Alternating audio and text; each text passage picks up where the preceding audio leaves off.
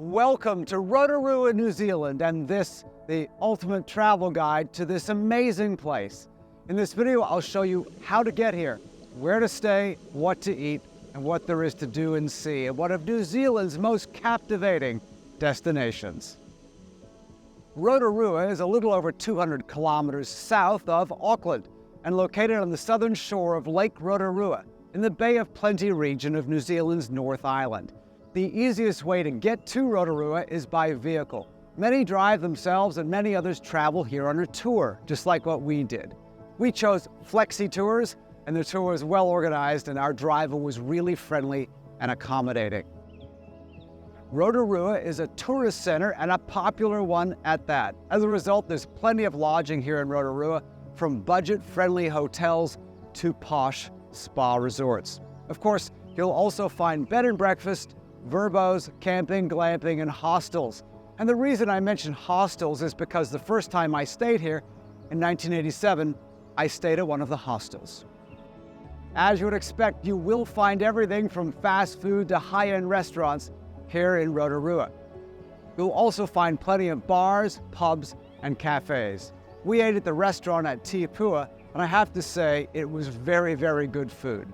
If you want to try something local, you will be able to find the traditional Māori Hangi Feast, where the food is cooked using geothermal steam and buried in the ground. There is a unique area in Rotorua that I highly recommend you check in on, and that's called Eat Street. You'll find about a dozen restaurants and bars, all located within one city block and under a covered walkway. Once you're here in Rotorua, there is plenty to do and see, as you would imagine, and with humble apologies for messing up probably most of the native names, I'm so sorry. Here are the top attractions in Rotorua. Home to the iconic Pahutu geyser, Te Arawa offers a captivating showcase of Maori culture and geothermal wonders. You can wander the grounds and explore bubbling mud pools, watch traditional weaving and carving demonstrations, and learn about the great Maori history. For a little more, I highly recommend seeing the Maori dance. It was wonderful. I've been here twice, the first time back in 1987, and I loved both experiences. Waiotapu offers a surreal landscape with vibrant geothermal pools, the famous Champagne Pool, and the Lady Knox Geyser. The colorful mineral deposits create a breathtaking scene and look suspiciously like, dare I say, Yellowstone. Another one of the sites celebrating both the Maori people and the natural geothermal wonders is Waka, the living Maori village. I did overhear some locals use the word waka, so I will prefer to use the word waka. Anyway, the people here have been hosting and welcoming visitors into their homes and backyards since the early 1800s. The Waka Forest, or the Waka Forest, also known as the Redwoods, offers spectacular hiking and mountain biking trails through towering California redwoods. A wonderful experience is the nighttime tree walk. And in case you're wondering, the California redwoods are not native to this area. They were planted about 100 years ago, which is only fair as California started planting Australian eucalyptus back in the 1850s. If you need a break from life or simply a busy vacation, visit the Polynesian Spa. Treat yourself to soothing spa treatments and unwind in the geothermal surroundings and natural mineral pools. Te Patu, once known as the Tamaki Maori Village, is a popular attraction with a real emphasis on Maori culture. A visit will allow you to enjoy a Hangi Feast and learn about the customs and traditions of the great Maori people. Government Gardens is one of Rotorua's historic landmarks and most popular tourist destinations. The Tudor-style bathhouse was built way back in 1908. The main building now houses the Rotorua Museum and Art Gallery, although it was closed for renovation and earthquake strengthening while we've been here. Hell's Gate is another geothermal attraction and is rich in Maori cultural history and is known for its therapeutic mud baths and hot pools, and has the largest hot waterfall in the Southern Hemisphere. Another one of the popular and unique attractions is Agrodome. There is a farm show and tours of this 350-acre working farm. We didn't visit the Agrodome this trip, but I have visited before, and it was actually a lot of fun.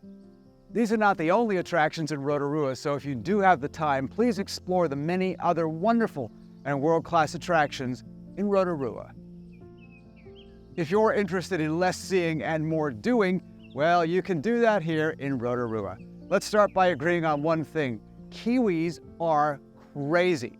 When you're in Rotorua, you can roll down a hill inside a large plastic ball called a zorb, zip line in a forest, raft off a waterfall, mountain bike, scare yourself to death on a bungee swing, or go to Velocity Valley and enjoy jet boating, bungee jumping, or do something called sweeb racing. If you visit Rotorua, you're not limited to the attractions in and around the town. No, there's plenty to do within a short drive of this great area.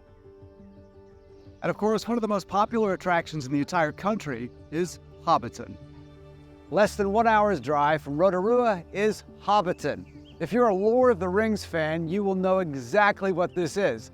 And what this is, or was the Hobbiton movie set.